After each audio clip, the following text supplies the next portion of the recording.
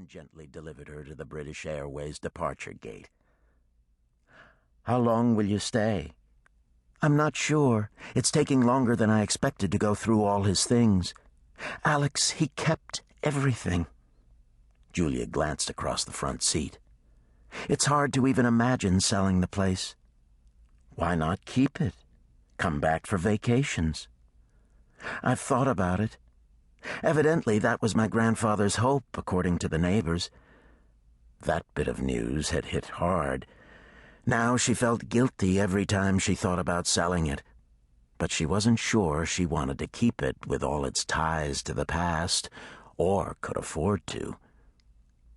"My brother Kip is taking a few days off from that sweatshop law firm he works for and wants us to go with him to Rob Weston's summer place," Alex was saying. "How about it? It's only an hour or two north of here." "When?" "Next weekend." "I don't know." Julia shook her head doubtfully. "There's so much I need to do." "Oh, come on. I have to go Sunday, and I never get to see you. It would be like old times." "You don't still fancy Rob, do you?" Julia glanced suspiciously at Alex. Kip Chase and Rob Weston had been classmates at Yale Law during the same years Julia and Alex had attended nearby Wesleyan. The four had occasionally gone out together, mostly because Alex had a hopeless crush on Rob. A steady stream of colorful men had passed through Alex's orbit since then, but Rob was the one who got away. Alex waved a dismissive hand. "It's been 5 years. No way I would humiliate myself by throwing myself at his feet again." But then her mouth curved up into a naughty smirk. "I guess I wouldn't mind, though, if he groveled at my feet, or better yet, someplace higher up." She glanced over at Julia. "Stop looking at me in that tone of voice. I was joking." Julia rolled her eyes. "I'll think about it. Waiting is not exactly my strong suit." "Okay, fine. If I'm still here." Satisfied, Alex launched into an account of her unpromising new boyfriend and her promising new art gallery.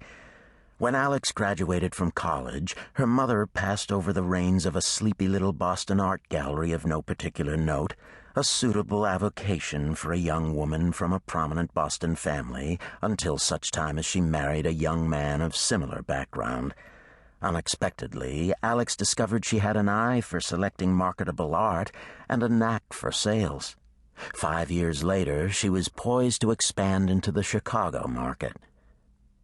"So tell me about your grandfather," Alex eventually got around to asking. During the rest of the drive, Julia filled her in on Seth Griffin's death, the investigation, and her lingering doubts about the sheriff's finding of suicide. Morphine overdose, the coroner had concluded, mixed into his favorite beer.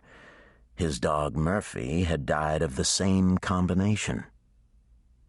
From Dr. Susan Cleary, her grandfather's nearest neighbor on Gull Inlet, Julia had learned that he'd had terminal cancer. He hadn't told her. The thought of that made the backpack full of guilt she'd been dragging around for the past week feel a few rocks heavier.